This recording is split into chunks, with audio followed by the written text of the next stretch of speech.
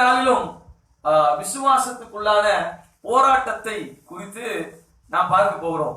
ஆவிக்குரிய போராட்டத்தை குறித்து ஏற்கனவே நாம் பார்த்தோம். ஆன்லைன் சர்வீஸ் ஆரம்பத்தினுடைய இரண்டாவது செய்தி ஆவிக்குரிய போராட்டம், ஸ்பிரிச்சுவல் ஸ்ட்ரகிள்ஸ் என்று சொல்லி பார்த்தோம். இன்றைக்கு ஒரு போராட்டம் மனிதனுடைய வாழ்க்கையில, அதாவது கிறிஸ்தவனுடைய வாழ்க்கையிலே இருக்கிறது. அந்த போராட்டம் எப்படிப்பட்ட போராட்டம் என்று சொல்லி நாம் இன்னைக்கு பார்க்க போறோம். அந்த போராட்டம் ஒரே போராட்டம் தான். அந்த போராட்டம் பலவிதமான காரியத்திலே வருவதாக வேதத்தில் சொல்லவில்லை. ஒரே நோக்கத்தை மையமாக வைத்து இந்த போராட்டம் வருகிறதை குறித்து நாம் பார்க்க போகிறோம். அதுக்கு முன்பதாக போராடினா என்ன கிடைக்கும் அதை பத்தி பார்த்துட்டு 2 கொரிந்தியருக்கு எழுதின நிருபம் 2வது அதிகாரம் 14ஆம் வசனத்தை ஒருவர் வாசிக்கும் போது 2 கொரிந்தியர் 2ஆம் அதிகாரம் 14வது வசனம், கிறிஸ்துவுக்குள் எப்பொழுதும் எங்களை வெற்றி சிறக்க பண்ணி எல்லா இடங்களிலேயும் எங்களை கொண்டு அவரை அறிகிற அறிவின் வாசனையை வெளிப்படுத்துகிற தேவனுக்கு அல்லேலூயா. தலைகளை தாழ்த்தி ஒரு நிமிஷம் நாம் ஜெபம் செய்வோம். எங்களை அதிகமாக நேசிக்கிற எங்கள் அன்பின் பரலோக தகப்பனே, இந்த ஆசீர்வதிக்கப்பட்டதான காலை வேளையில நீ எங்களோடு கூட பேசும் ஆண்டவரே, துதிக்கிறோம். இந்த கிராமத்திலிருந்து நாங்கள் யாவரும் உம்முடைய பிள்ளைகளாக நோக்கி நாங்கள் பார்க்கும்படி வந்திருக்கிறோம். இது எங்களோடு கூட பேசும், எங்களோடு கூட இடைப்படும். தடைகள் எல்லாம் நீக்கி போடும். இந்த வசனத்தில் இருக்கிற சாராம்சங்களை நாங்கள் கடைபிடிக்க, வசனத்தில் இருக்கிற ஆத்ம உணவை நாங்கள் உன்ன கர்த்தர் எங்களுக்கு அனுகிரகம் செய்யும். தடைகளை நீக்கி வந்திருக்கிற பிள்ளைகள் யாரும், சேஷமா கேட்கிற பிள்ளைகள், ஆன்லைன்ல பார்க்கிற பிள்ளைகள் யாருக்கும் பிரயோஜனமாய் மாற்றினார். நீ பேசும், நாங்கள் கேட்கிறோம். இன்றைக்கும் பரிசுத்த ஆவியானவர் எங்களோடு கூட பேச வல்லமை படைத்தவர் என்று வாசிக்கிறபடி எங்களோடு கூட நீ பேச நாங்கள் கேட்கிறோம். இயேசுவின் நாமத்தில் ஜெபிக்கிறோம் நல்ல பிதாவே. மீண்டும் ஒரு விஷயம், அந்த வசனத்தை வாசிப்போம். கிறிஸ்துவுக்குள் எப்பொழுதும் எங்களை வெற்றி சிறக்க பண்ணி எல்லா இடங்களிலேயும் எங்களை கொண்டு அவரை அறிகிற அறிவின் வாசனையை வெளிப்படுத்துகிற தேவனுக்கு ஸ்தோத்திரம் உண்டாவதாக. அல்லேலூயா. அந்த போராட்டத்தினுடைய முடிவு என்ன என்று பார்க்கும்போது, நம்மை எப்போதும் வெற்றி சிறக்க பண்ணுகிறார். ஒரு இடத்துல மட்டும் வெற்றி சிறக்க பண்ணுவாரா, அல்லது அடுத்த இடத்துல தோல்வியை சிறக்க பண்ணுவாரா, அல்லது தோல்விக்குள்ள நடத்துவாரா என்று கேட்டால், வேதாகமம் சொல்லுகிறது எப்பொழுதும் நம்ம என்ன செய்யலாம், வெற்றி சிறக்க பண்ணுகிறார். கிறிஸ்து இயேசுவுக்குள் எப்போதும் நம்ம வெற்றி சிறக்க பண்ணுகிறார். அதனாலதான் ஆவிக்குரிய வாழ்க்கையில நான் சொல்லுவேன், நாம எப்பயுமே எதை செய்தாலும் கர்த்தருக்கென்று செய்யணும். என்ன மகிமை வந்தாலும் கர்த்தரை முன்னிட்டு எடுத்துக்கணும். கர்த்தரை மையமாக வைத்த குடும்பம், கர்த்தருக்காக, கர்த்தரை கொண்டு, கர்த்தருக்குள் என்கிற வார்த்தைகளை நாம் அதிகமாக நம்முடைய வாழ்க்கையிலே அபியாசப்படுத்தும் போது, பிரயாசப்படுத்தும் போது, அது எந்த தவறுமே ஒரு நாள் நமக்கு என்ன செய்யாது, வராது. இப்ப கிறிஸ்து இயேசு எங்களை எப்போது வெற்றி, அப்ப வெற்றி என்பது நம்முடைய வாழ்க்கையிலே கிடைக்க வேண்டுமானால் நமக்கு போராட்டம் என்கிற ஒன்று இருக்க வேண்டும். அல்லேலூயா. நம்ம எப்பயுமே சொல்லுவோம், கிறிஸ்து இயேசு பிள்ளைங்க எப்போ ஒரு கிறிஸ்துவ வாழ்க்கையில அந்த தெய்வீக சுவாபம், தெய்வீக அன்பு, தெய்வீக வல்லமை, அந்த தெய்வீக குணாதிசயம், அந்த தெய்வீக வெளிப்பாடுகள் இந்த நாட்கள்ல பார்க்கறது கொஞ்சம் குறைய ஆரம்பித்து விட்டது. நாங்க சின்ன பிள்ளைகளா இருக்கும் போது எங்களுடைய தாயார் எங்களை ஆலயத்துக்கு அழைத்து செல்லும் போது அந்த பக்தியினுடைய முதிர்ச்சியை, பக்தியினுடைய வெளிப்பாடுகளை ஆலயத்துக்கு வருகிறவர்களுக்கு விசுவாசியை பார்த்து, எந்த விசுவாசியா இருந்தாலும் பார்த்து பேசும்போது அவ்வளோ ஒரு அந்த திவ்ய சுவாபம், அந்த டிவைன் நேச்சர், டிவைன் ஹேபிட் முகத்திலேயே தெரியும். இதற்கு பலவிதமான எதிர்ப்புகள் ஊர்ல ஒதுக்கி வச்சிருவாங்க. இன்னைக்கு ஒரு சில குடும்பங்களை பேசும்போது கூட ஐயா கூட சொன்னாங்க, ஊர்ல ஒதுக்கி வச்சிருவாங்க. பைபிள் இருந்தா ஏத்துக்க மாட்டாங்க. பைபிள் இருந்தா காமனா தண்ணி பிடிக்கிற இடத்துல பிடிக்க முடியாது, சாப்பிட முடியாது. ஒரு போராட்டம் நிறைந்த ஒரு வாழ்க்கை. ஒரு தாழ்த்தப்பட்ட இனத்திலே இருக்கிறவன் கூட அதுல இருந்து ஒருத்தர் ரட்சிக்கப்பட்டா அவனுக்குள்ளே ஒதுக்கி வைப்பான். ஒரு உயர்த்தப்பட்ட இடத்துல இருந்து ஒருத்தர் ரட்சிக்கப்பட்டா அதை விட ரொம்ப மோசம். பயங்கரமான ஒரு போராட்டம், பயங்கரமான பிரச்சனைகளை விசுவாசிகள் கடந்து வந்தார்கள். ஆனாலும் வீட்டில் இருக்கிற அடி உத போராட்டங்களை ஒரு நாள் பொருட்படுத்தாம ஆலயத்துக்கு ஓடி வந்து விடுவார்கள். ஆலயத்துக்கு வருகிறதுல ஒரு நாள் பின்வாங்கவே. எப்படியாவது அந்த தேவனுடைய வார்த்தையை நாம் பெற்றுக்கொள்ள வேண்டும். வேற எங்கேயும் கிடைக்காது. ஞாயிற்றுக்கிழமை காலையில அந்த 2 மணி நேரம் மட்டும்தான். ஞாயிற்றுக்கிழமை ஆராதனைக்கு அவங்க வரலன்னா அவங்களால அந்த வாரம் முழுசும் என்ன செய்ய முடியாது, நிம்மதியா இருக்கவே. இப்படிப்பட்ட அனுபவத்துல நீங்க எப்பயாவது வந்திருக்கிறீங்களா? இன்னைய வரைக்கும் என்னுடைய வாழ்க்கையில ஆராதனைக்கு லேட்டா போற பழக்கமே கிடையாது. இன்னைக்கு கூட பாருங்க, 8:45 நாங்க இங்க வந்துட்டோம். இன்னைய எங்க நான் பிரசங்கம் பண்ண போனாலும் சரி, ஒரு சிலர் சொல்லுவாங்க, ஐயா 9:30 மணிக்கு தான் செய்தி, நீங்க அப்படியே உள்ளே இருங்க ஐயா. நான் சொன்ன இல்ல 9:30 மணிக்கு தான் செய்தி கொடுக்க நான் வர்றதுக்கே எனக்கு ஒரு பெரிய வரவேற்பு கொடுக்குறேன்னா என் ஆண்டவர் முன்னாடியே உட்கார்ந்து இருப்பாரு. நான் அதுல என்ன செய்ய மாட்டேன், நான் பேசல. அவர் தான் செய்தி கொடுக்க போற இடங்கள்ல, சாட்சி சொல்ல போற இடங்கள்ல, பல ஊழியர் கூட்டத்துல பேசும்போது கூட அப்படிதான் சொல்லுவாங்க, தம்பி நீங்க கொஞ்சம் லேட்டா வாங்க, பாஸ்டர் நீங்க கொஞ்சம் லேட்டா வாங்க. நான் எப்பயுமே லேட்டா போறது பழக்கமே என்கிட்ட. இன்னும் எவ்வளவுதான் வளர்ந்தாலும் எனக்கு தெரியும், கிறிஸ்து இயேசுக்குள் என்னை வெற்றி சிறக்க பண்ணுகிறவர், அவரை அறிகிற அறிவின் வாசனையை அந்த சுவாபத்துல இந்த தெய்வீக வல்லமை, தெய்வீக பிரசன்னம் கசிஞ்சு போயிட்டே, சைடு கசிஞ்சுட்டே இருக்கும், இந்த சைடு கசிஞ்சுட்டே இருக்கும். நான் பல நேரங்கள்ல அழுது ஜெபம் பண்ணிருக்கிறேன். ஆரம்ப நாட்கள்ல ஆண்டவரே பெரிய பெரிய சந்திப்பு, பெரிய பெரிய கூட்டம், எங்க போனாலும் ஒரு பெரிய நாங்க விட்டுட்டோமோ ஆண்டோட கதை இருக்க, தயவு செய்து ஆண்டவரே இனி அந்த நாட்கள் கிடைக்காதோ, எங்க பார்த்தாலும் திறந்த வாசல் கிடைக்காதோ. திறந்த வாசல் இருக்குது, பாக்கெட்லயே பைபிள் வந்துருச்சு, போன்ல பைபிள் வந்துருச்சு, ஆனா கடைபிடிக்கிறதுக்குரிய ஆட்களை காணோம். தேடி தேடி பாக்குறோம், கடைபிடிக்கிறதுக்குரிய ஆட்களை. நம்ம கர்த்தருடைய பிள்ளைகளே, ஒரே போராட்டம் தான் 3 வசனங்கள்ல ஆண்டவர் நமக்கு சொல்லி கொடுத்துருக்கிறாரு. நான் வாசிக்கும் போது இதை எடுக்கிறதுக்கு ஏற்கனவே ஆவிக்குரிய போராட்டத்தை நம்ம எடுத்திருக்கிறபடினால இந்த போராட்டத்தை எடுக்கிறதுக்கு அதுக்கு பேரு நல்ல போராட்டம்னு பவுல் பேர் வச்சிருக்கிறாரு. இந்த போராட்டத்தை எடுக்கும்படி ஆவியானவர் என்ன தூண்டினபடினால நான் இதை எடுத்துக்கொண்டு வந்திருக்கிறேன். அப்படி போராடினவர்களையும் அவர்களுடைய வெற்றியையும் போராட தோற்று போனவர்களையும் போராடுவதற்கு தடையா இருக்கிற காரியத்தையும் கொஞ்சம் என்ன செய்ய போறோம், இன்னைக்கு லேசா அலசி பார்க்க போறோம். முதல் வசனம் 1 தீமோத்தேயு புஸ்தகம் 6வது அதிகாரம்.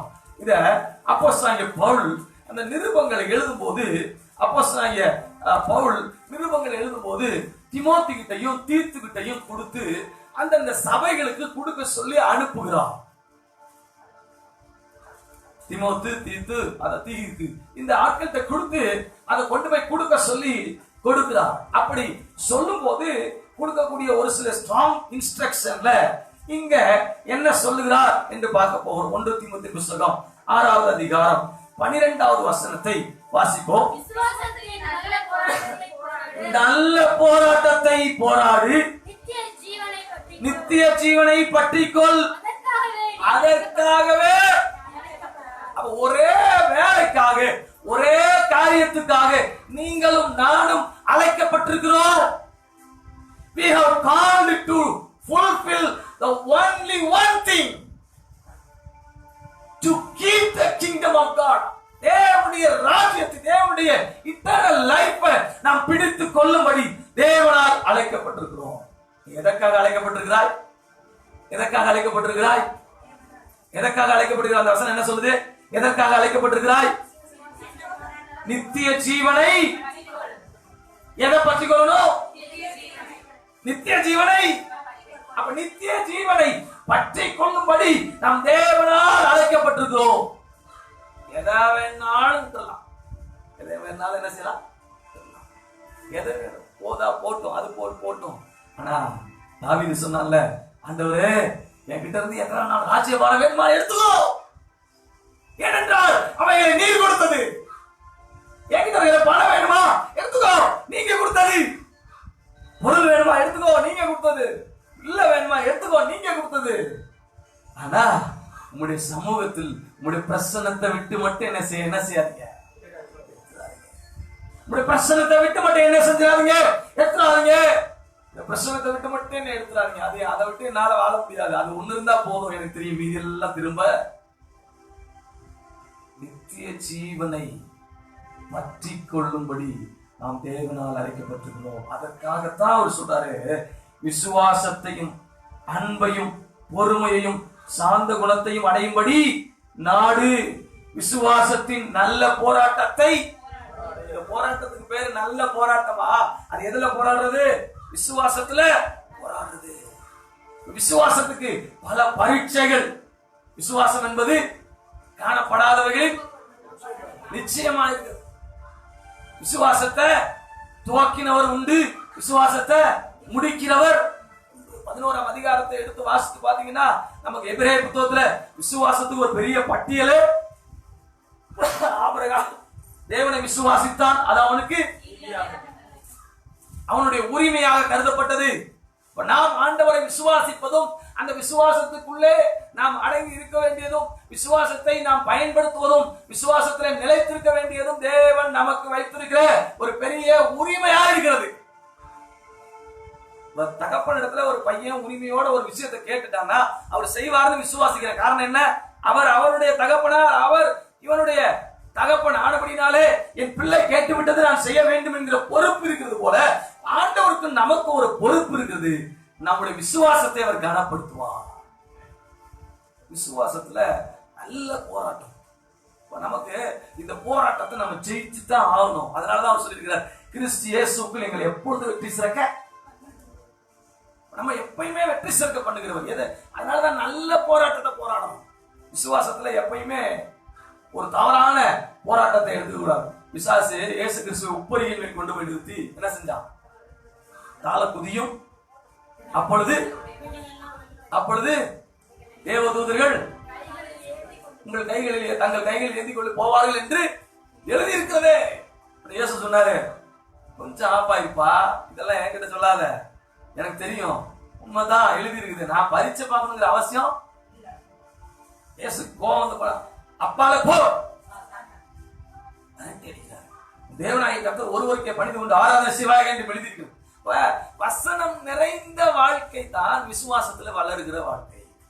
வசனம் நிறைஞ்சிருக்கணும், வசனத்தை அபியாசப்படுத்தணும், வசனத்தை கடைபிடிக்கணும். எங்க சுத்தி வந்தாலும் வசனத்துக்கு வந்துடணும். நல்ல கவனிங்க, நீங்க விசுவாசத்தோட ஜெபிக்கும் போது, உபவாசம் போடும் போது, ஆண்டவரிடத்துல மன்றாடும் போது, பல காரியங்களுக்காக கேட்கும் போது, இவ எல்லாத்துக்கும் கர்த்தர் பதில் தர்றது உண்மைதான். ஆனா நம்முடைய முடிவுல விசுவாச போராட்டத்துல நாம் ஜெயித்தவர்களாய், உலகத்தை ஜெயித்தவர்களாய், பாவத்தை ஜெயித்தவர்களாய், அக்கிரமத்தை ஜெயித்தவர்களாய், மாம்சத்தை ஜெயித்தவர்களாய், விசுவாசத்துல நாம் சார்ந்து நிற்கிறவர்களாய் நாம் காணப்படுகிறோம். ஏன்?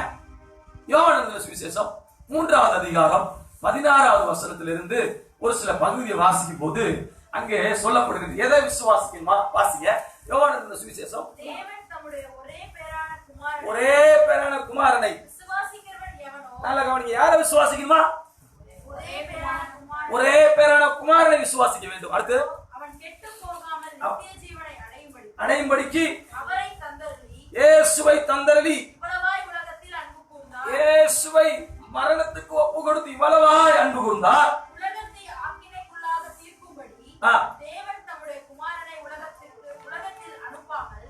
நல்ல கவனிங்க. இந்த உலக போராட்டத்துல உலகத்தை ஆக்கினைக்குள்ளாக தீர்க்கும்படி தேவன் தம்முடைய ஒரே பேரான குமாரனாக இயேசு கிறிஸ்து இந்த உலகத்துக்கு அனுப்பாமல், இயேசு கிறிஸ்துவாலே உலகம் ரட்சிக்கப்படும்படிக்கும் அவரை அனுப்பினார். நல்ல கவனி. அவரை விசுவாசிக்கிறவன் ஆக்கினைக்குள்ளாக தீர்க்கப்படான்.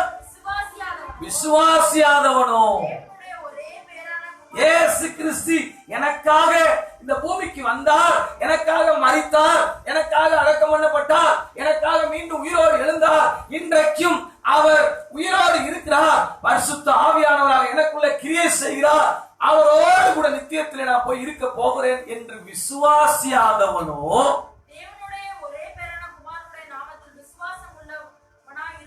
இராதபடியால் ஆக்கின தீர்ப்புக்கு உட்பட்டாயிற்று. ஆக்கின தீர்ப்புக்கு தப்பா. நல்லா கவனிங்க. போராடுகிற நாம் நம்முடைய விசுவாசத்தை காத்துக்கொண்டு நம்முடைய விசுவாசத்திலே நாம் அனுதினமும் ஜெயிக்கிறவளாய் காணப்பட வேண்டும். ஒரு முறை ஜெபம் பண்ணிட்டோம், 2 முறை ஜெபம் பண்ணிட்டோம், கிடைக்கல பதில். இது அன்றாட வாழ்க்கையில நடக்கிறதா? ஆனா நமக்கும் தேவனுக்கு இருக்கிற அந்த அன்பின் பரஸ்பரம், அன்பின் ஒரு உறவு, அதுலதான் ஆழமா அவர் ஒரே பேரான குமாரனாகிய இயேசு கிறிஸ்து தான் தெய்வம். எனக்கு ஒரு சில நேரங்கள்ல அவருக்கு தெரியும் எனக்கு என்ன கொடுக்கணும் என்ன கொடுக்க கூடாதுன்னு அவருக்கு தெரியும். அப்படிதான் நம்ம எப்பயுமே ஆண்டவர்கிட்ட ஜெபம் பண்ணோம். நான் என்னுடைய கையில நான் வாங்குறது சின்னதா இருக்கும், அவரோட கையில அவர் கொடுக்கறது பெரியதா இருக்கும். நான் அவர் ஆசீர்வதிக்கணும்னு சொல்லிட்டு எப்பயுமே நம்ம ஒரு சின்ன 1 லிட்டர் பாட்டில கொண்டு வந்துட்டு ஆண்டவரே நான் ஆசீர்வதிக்கன்னு சொல்றதை விட அவர் 10 லிட்டர் வச்சிருந்தாருன்னா வேஸ்ட் பண்ணுவாரா? அப்ப ஆண்டவர் வெயிட் பண்ணுவார். இவன் எப்ப என்ன புரிஞ்சுக்க போறான், எப்ப நான் சொல்றதை கேட்க போறான், எப்ப என்னுடைய திட்டத்துக்குள்ள வர போறான் அப்படின்னு சொல்லி வெயிட் பண்ணிட்டே இருப்பாரு. நல்லா கவனிங்க. நம்முடைய வாழ்க்கையில விசுவாச ஓட்டத்துல கர்த்தர் எனக்கு பதில் செய்யவில்லை, கர்த்தர் எனக்கு ஆன்சர் பண்ணவே இல்லை, என் ஜெபத்துக்கு அவர் உதவி செய்யவே இல்லை அப்படின்னு சொல்லி என்ன செஞ்சிடக்கூடாது? நம்ம ஆண்டவர் என்ன செஞ்சிடக்கூடாது? புறக்கணிச்சிருவே. நாம ஒன்னு ஆண்டவரை புரிந்து கொள்ள அளவுக்கு நாம வரணும். அப்படி இல்ல ஆண்டவருடைய கையில நம்முடைய வாழ்க்கையை ஒப்பு கொடுத்துணும். பல நேரங்கள்ல ஒரு சில விசுவாசிகள் சொல்லக்கூடிய விஷயம் தான், போராட்டத்திலே இருக்கிறேன் பாஸ்டர், என் வாழ்க்கையில போராட்டம் இருந்துட்டே இருக்குது. உண்மை, நீங்க தான் நல்ல விசுவாசி, மறந்துடாதீங்க. உங்களுக்கு பேர் ஆண்டவர் சொல்றாரு, உங்களுக்கு நல்ல போராட்டத்தை. அப்போ நம்ம புரிஞ்சுக்கணும், சரி ஜெபிக்கிறாங்க, வேதத்தை வாசிக்கிறாங்க, போராட்டத்துல ஜெயிப்பாங்க. இயேசு கிறிஸ்து நமக்காக 2020 வருஷத்துக்கு முன்பே சிலுவையிலே வெற்றியை கொளுத்து விட்டார். இனிமேல் நாம போய் வெற்றியை சுதந்திரிக்க போறதில்ல, அவர் ஏற்கனவே நமக்கு வெற்றியை கொடுத்தார். அந்த வெற்றியை சுதந்திரிக்கவும் கொடியேற்றவும் நம்மளை அனுப்பிட்டே. ஆமென். அன்பான கர்த்தருடைய பிள்ளைகளே, விசுவாசத்துல நல்ல போராட்டத்தை போராட வேண்டும். அதற்காகத்தான் நாம் அழைக்கப்பட்டிருக்கிறோம். இந்த போராட்டத்துல பின்வாங்கிவிடக் கூடாது என்று ஆண்டவர் நமக்கு என்ன செய்யறாரு? சொல்லிக் கொடுக்கிறார். வேற நம்ம வாசிப்போம். 2 தீமோத்தி புஸ்தகம்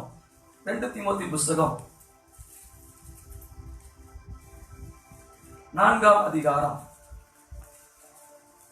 2 தீமோத்தி, இந்த தீமோத்தி புஸ்தகத்துலதான் அதிகமா முடிவை குறித்து பவுல் எழுதுறாரு.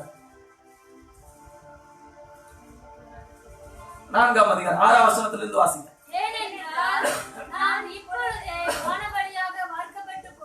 பவுலுடைய கடைசி நேரத்துல எழுதப்பட்ட புத்தகம் வாசிங்க. ஏனென்றால் நான் இப்பொழுது வானபலியாக வார்க்கப்பட்டு போகிறேன்.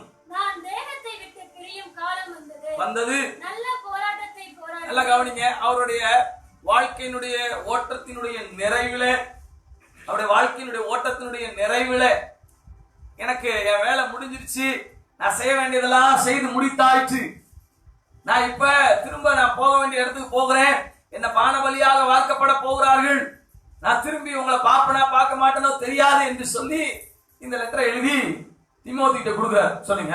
நல்ல போராட்டத்தை போராடினேன், நல்ல போராட்டத்தை போராடினேன், ஓட்டத்தை முடித்தேன், விசுவாசத்தை.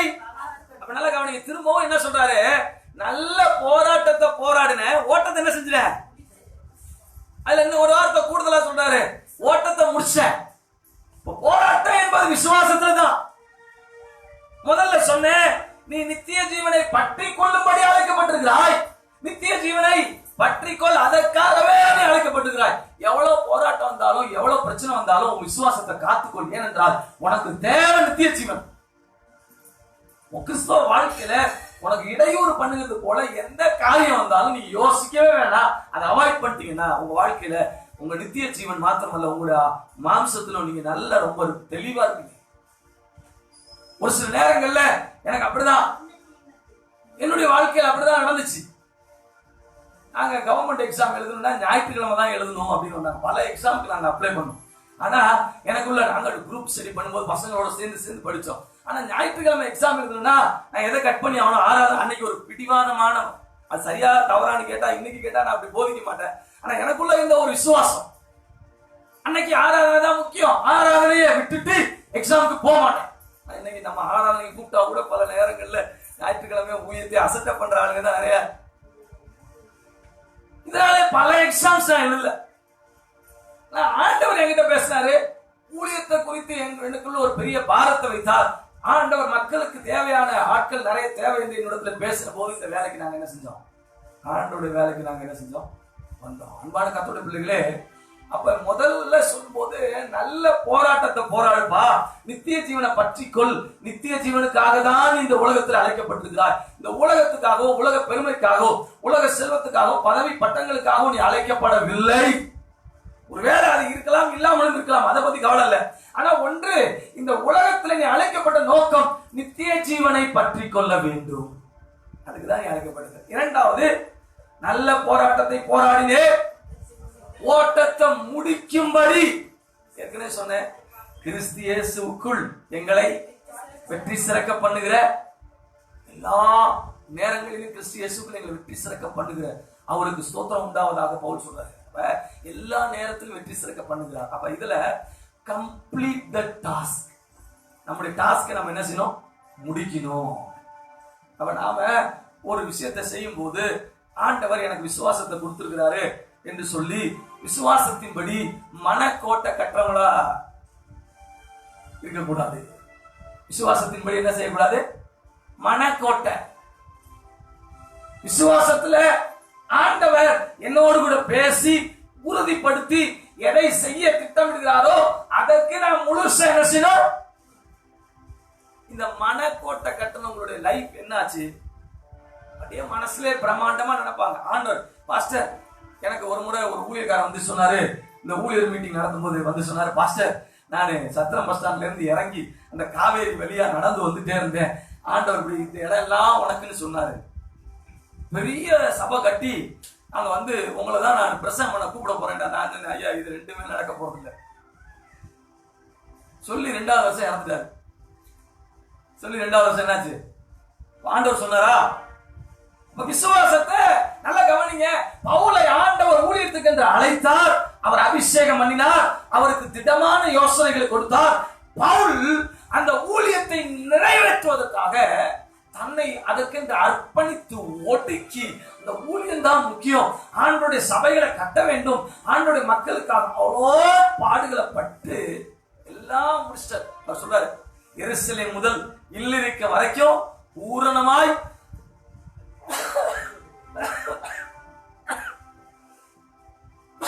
சுவிசேஷத்தை, எருசலேம் முதல் இல்லிரிக்க வரைக்கும் பூரணமாய் சுவிசேஷத்தை அறிவித்திருக்கிறேன்.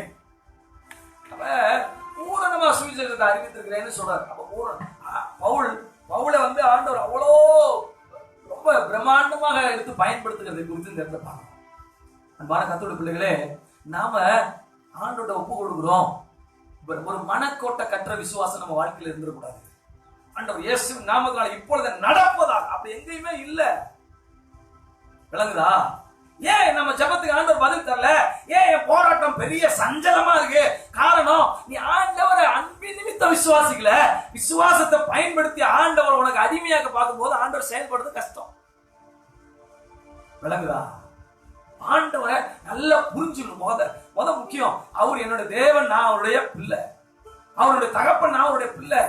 இதுல நான் கேட்டு எதுவும் அவர் கொடுக்காம இருக்க போறது இல்ல. ஆனா நான் தவறானதை கேட்கும் போது அவர் ஒரு நாளும் தர மாட்டேன். ஏன்னா என்ன பாதுகாக்கிறதுக்கு அவருக்கு ரொம்ப உரிமை. எபிரேயருக்கு நிருபம் 6வது அதிகாரம் 3ஆம் வசனத்திலிருந்து 8ஆம் வசனம் வரைக்கும் வாசிக்கும் போது,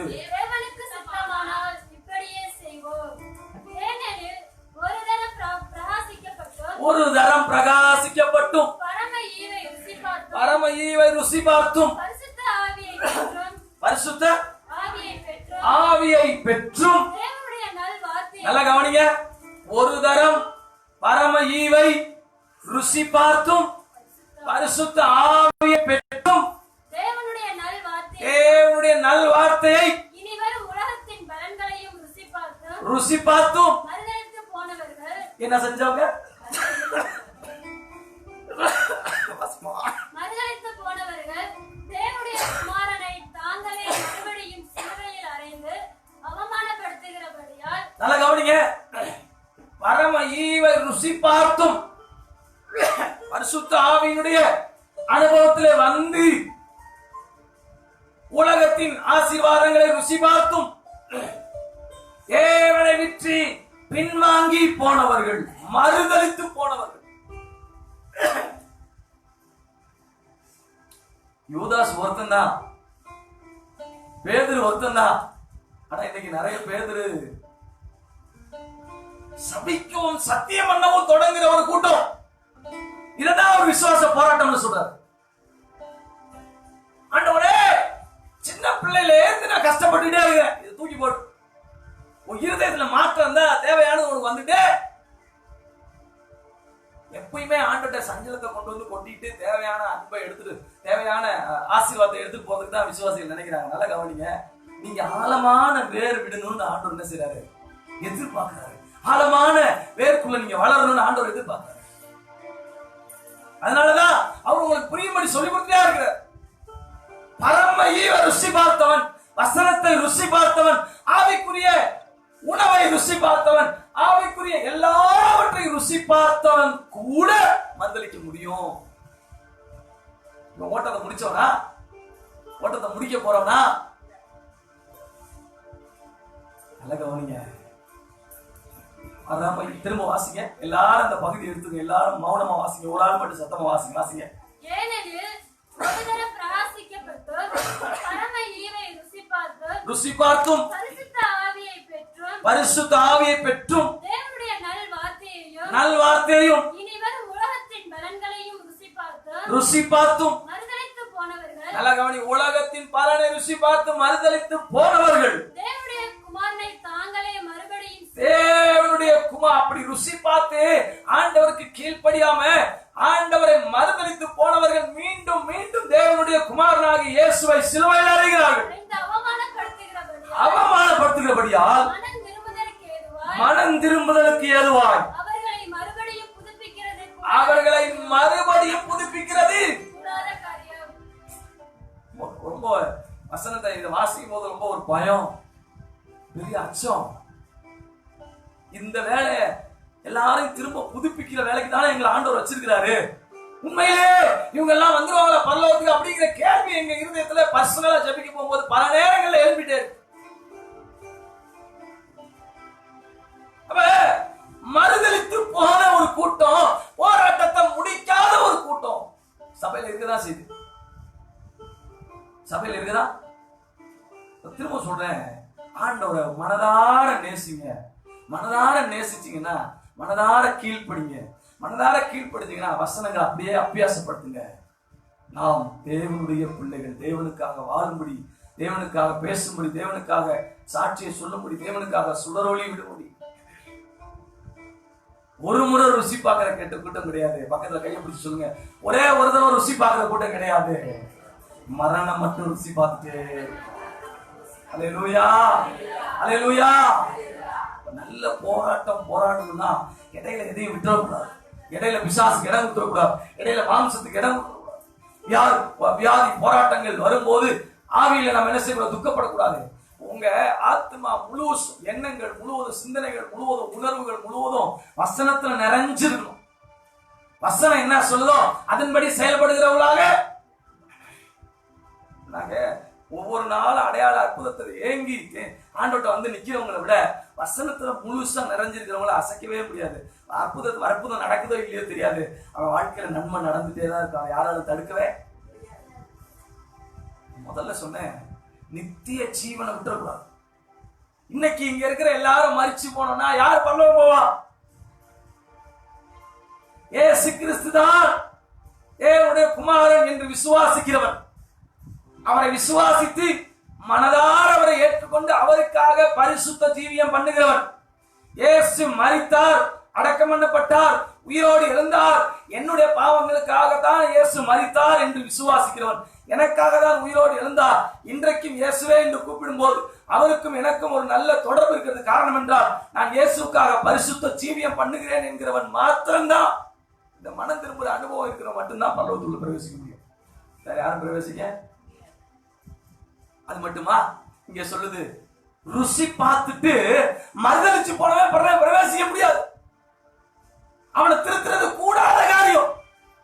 நாங்க பேசிட்டு இருக்கும்போது சொல்லுவேன், தயவு செய்து வேற சபையில இருந்து யாராவது நம்ம சபையை நேசிச்சு வரேன்னு சொன்னா தயவு செய்து கூப்பிடாதீங்க. ஏன்? அவங்க மார்க் போடுவாங்க நமக்கு. ஒரு சிலர் வந்திருக்கிறாங்க, நம்ம கிட்ட பேசி நாமளே போய் ஒரு சில நேரங்கள்ல பேசி ஒரு சிலர் பேசி கொண்டு வந்துருக்கிறோம், அது வேற. ஆனா ஒரு சிலர் மிகவும் மிஞ்சின ஞானியா பேசி ஒரு முறை பழமை ருசி பார்த்தோம், அப்படி தேவையில்லாம அவங்களுடைய தலையில எல்லா காரியத்தையும் எடுத்து போட்டுக்கொண்டு நம்மள இருக்கிற நிலைமையை விட்டு பயங்கரமா நாம வசனத்துல தெளிவா கொண்டு போகணும்னு நினைக்கிறாங்க. அடையாளத்துக்கோ அற்புதத்துக்கோ மற்ற காரியங்களுக்கோ முக்கியத்துவம் கொடுப்போம், அது உண்டு, நடக்குது. இப்ப நிறைய அடையாளங்கள் நடக்கலையா? நடந்திருக்கு, உண்மைதான். வியாதிஸ்ல சுகமாகலையா? நடந்திருக்கு. ஆனா வசனம் தான் முக்கியம், அப்படி கொண்டு போவோம். ஆனா மற்றவங்க ஒரு சில ஒரு முறை ஒரு சகோதரி என்கிட்ட சொன்னாங்க, உங்க பாஸ்டருக்கு வல்லமையே இல்லை. என்ன வல்லமையே இல்லை. நான் கேட்டேன், இயேசு கிறிஸ்து மாதிரி எனக்கு வல்லமை இருந்துச்சுன்னா நீங்களாம் எப்படி ஊழியம் செய்வீங்க கேட்டேன். எனக்கு வல்லமை நிறைய ஆண்டவர் கொடுத்துருக்காங்க, எப்படி ஊழியம் செய்ய முடியும்? மற்றவங்க அவனோட அளவுக்கு ஏற்ப ஊழியத்துக்கு ஏற்ப வல்லமை ஆண்டவர் செஞ்சிருக்காரு, கொடுத்துருக்கிறார். அப்ப நல்லா கவனிங்க. எனக்கு தெரியும் என் பாரம் என்ன, நான் எங்க ஊழியம் செய்யணும், என் டெஸ்டினேஷன் என்ன, என் ப்ரீ டெஸ்டினேஷன் என்ன, எங்க ஆரம்பிச்சேன், எங்க முடிக்க போறேன், என் பிரயாணங்கள் என்ன, என் ஊழியம் என்னன்னு எனக்கு தெரியும். நம்ம கர்த்தருடைய பிள்ளைகளே, நல்ல போராட்டத்தை போராடணும். பவுல் சாகிறதுக்கு முன்னாடி சொல்றாரு, நான் திருப்தியா இருக்கிறேன், என்ன செய்யறேன், நான் சந்தோஷமா இருக்கிறேன். யாராவது சொல்ல முடியுமா? ஹாஸ்பிட்டல்ல கொண்டு போய் ஐசியூல சேர்த்த உடனே இந்த பிள்ளைய கரமுறை சேர்த்துட்டா நல்லா இருக்கும் ஐயா. கல்யாணம் பண்ணி கொடுத்தவங்க சொல்றாங்க, என் பேர பிள்ளைய பார்த்துட்டா நல்லா இருக்கும் ஐயா. சரி, பேர பிள்ளைய பார்த்தாச்சு, ஏன் அடுத்த கொள்ளு பேரனை கொஞ்சம் பார்த்துட்டு இருக்குன்னா கண்ணை முடுனா நல்லா இருக்கு ஐயா. அப்படியே கண்ணுலயே நிக்குது, உலகமே விட மாட்டுது, தேக்கி நிறுத்துது. ஆனா இவன் சொல்றான், என் வேலை முடிஞ்சிச்சு, நான் போறேன், திரும்பி வரமாட்டேன், நான் திரும்பி வருவேன். யாரும் என்ன செய்யாதீங்க, எதிர்பார்க்காதீங்க. வரம ஈவ ருசி பார்த்துட்டு பின்னாடி போற ஆளா நம்ம ஒரு நாள் என்ன செய்யக்கூடாது, ஒரு நாள் நம்ம பின்னாடி போற மாதிரி வாழ்க்கை நம்ம வாழ்ந்து விடவே கூடாது. இன்னொரு வசனத்தை கூட வாசிங்க, ரோமருக்கு எழுதின நிருபம் 1ஆம் அதிகாரம் 23 இருந்து வேகமா வாசிங்க. ரோமருக்கு எழுதின நிருபம் 1ஆம் அதிகாரம் 23ஆம் வசனத்துல இருந்து வாசிங்க. தங்களை ஞானிகள் என்று சொல்லியும் பைத்தியக்காரராய் இருக்கிறார்கள். 28ஆம் வசனத்தை வாசிங்கம்மா. தேவனை அறியும் அறிவை பற்றிக் கொண்டிருக்கிற அவர்களுக்கு மனதில்லாதிருந்தபடியால் என்ன மனசு இல்ல? தேவனை அறியும் அறிவை பற்றி கொண்டிருக்க என்ன செய்யல? தேவனை அறிந்து கொள்வதற்கு, தேவனை புரிந்து கொள்வதற்கு, தேவனுக்குள் பலப்படுவதற்கு அறிகிற அறிவின் அவங்களுடைய மனசுல இடம் இல்ல. அடுத்து தகாதவைகளை செய்யும்படி தேவன் அவர்களை கேடான சிந்தைக்கு ஒப்பு கொடுத்தார். அநியாயத்தினாலும் ஏசித்தனத்தினாலும் துரோகத்தினாலும் பொருளாசினாலும் குரோதத்தினாலும் நிறையப்பட்டு பொறாமையினாலும் கொலையினாலும் வாக்குவாதத்தினாலும் வஞ்சகத்தினாலும் வன்மத்தினாலும் நிறைந்தவர்களுமாய் புறம் கூறுகிறவர்களுமாய் அவதூறு பண்ணுகிறவர்களுமாய் தேவ பகைஞருமாய். உங்களுக்கு பேர் என்ன கொடுக்கிறாரு? தேவ பகைஞருமாய், துரோகம் பண்ணுகிறவருமாய், அகந்தை உள்ளவருமாய், வீம்புக்காரருமாய், பொல்லாதவர்களை யோசித்து பிணைக்கிறவர்களுமாய், பெற்றாருக்கு கீழ்ப்படியாதவர்களுமாய். என்ன எப்படி இல்லாதவங்களா? இல்ல, 2 இடத்துல இந்த வார்த்தையை பயன்படுத்துறாரு. எபேசியர் எழுதின புத்தகம் 4ஆம் அதிகாரம் 17 இருந்து 19 வாசிக்கும்போது கூட உணர்வில்லாதவர்களுமாய், உடன்படிக்கைகளை மீறுகிறவர்களுமாய், சுவாப அன்பு இல்லாதவர்களுமாய், இணங்காதவர்களுமாய், இரக்கமில்லாதவர்களுமாய் யாருங்க? இந்த ஓட்டத்தை முடிக்க முடியாதவங்க. உங்க ஓட்டத்துக்கு முக்கியம் பரிசுத்த ஆவியானவர். உங்க ஓட்டத்துல நீங்க ரீச் பண்ண வேண்டிய ஒரே ஒரு விஷயம் விசுவாசத்தை காத்துக்கிட்டேன். விசுவாசத்தை காத்துக்கிட்டேன். விசுவாசத்தை காத்துக்கொண்டே ஓட்டத்தை முடிக்கிறதுக்கு விசுவாசத்தை என்ன செய்யணும்? விசுவாசத்துல இது எல்லாத்தையும் நீங்க ஜெயிக்கணும். நீங்க நோட் பண்ணி வச்சுங்க. ரோமர்கள் 1ஆம் அதிகாரம் 23ஆம் வசனத்துல இருந்து கடைசி வரைக்கும் ஒரு 2-3 முறையாவது வாசம். இந்த ஹூக்ல யாருமே இல்லைன்னு யாராவது கையை தூக்க முடியுமா? இப்ப நான் பெற்றோருக்கு கீழ்ப்படியில சொல்ல முடியுமா? சுவாப அன்பு இல்லை இருக்கு என்ற சொல்ல முடியுமா? நான் தெய்வத்துக்கு பயப்படுறேன் சொல்ல முடியுமா? மீறுதல் என்கிட்ட இல்ல சொல்ல முடியுமா?